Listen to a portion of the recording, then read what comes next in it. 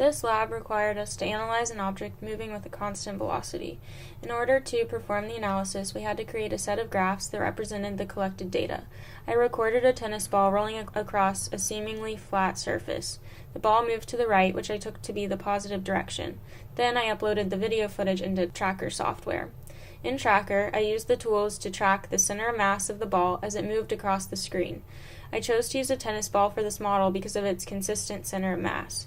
Tracker automatically advances the frames in order to allow equal time between data points. After the center of mass of the tennis ball is recorded for each frame, the software created a graph of the position versus time of the ball. The slope of this line gives the observed velocity of the object.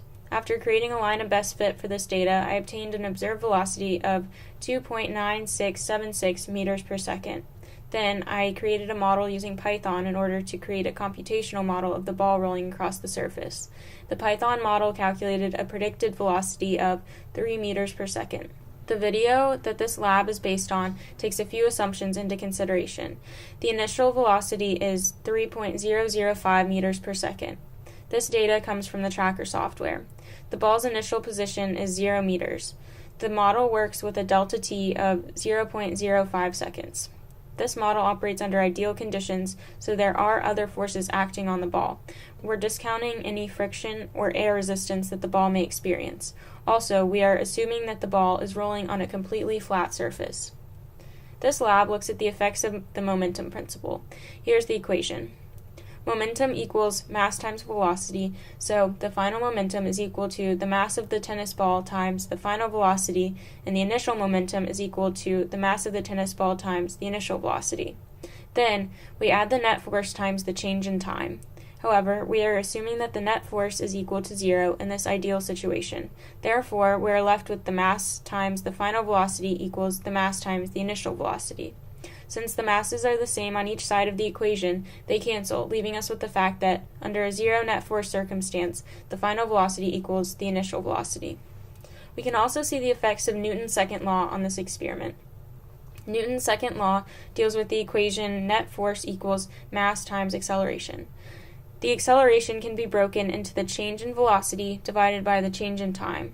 The change in velocity can further be broken down into the change in position. Then, after rearranging the terms of the equation to solve for the final position, this is what you get. This equation can predict the new position of the tennis ball. This equation is what I put into my Python code in order to create a predicted model of the tennis ball. In my code, I established the ball's mass as 0.057 kilograms. Then, I set the ball's initial velocity as 3.005 meters per second. This information came from the Tracker software.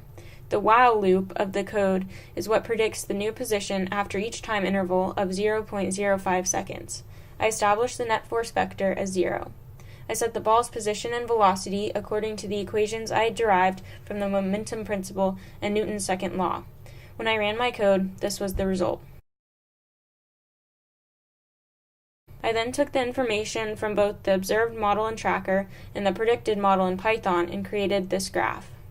The graph shows the position versus time of the ball in both situations. Again, I took up and to the right as the positive direction. The slope of each line gives the velocity. The two models were very close to each other. Some of the data points from the graph of the observed velocity of the ball are a bit off as compared to the predicted velocity. This could be due to a number of factors. For example, this model assumes 0 net force, but there is a force acting on the ball from friction. Also, it is only assumed that the ball is rolling on a flat surface. If the surface has any angle to it, there is a component of the force of gravity.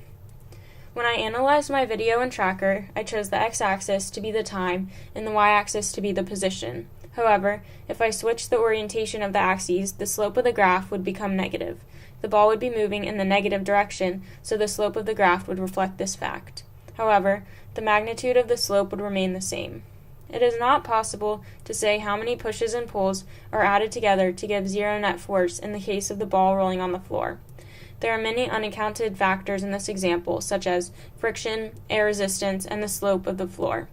Each of these factors could be adding pushes and pulls to the tennis ball. This is why we assumed that this model operated under ideal conditions, meaning the net force on the ball was 0.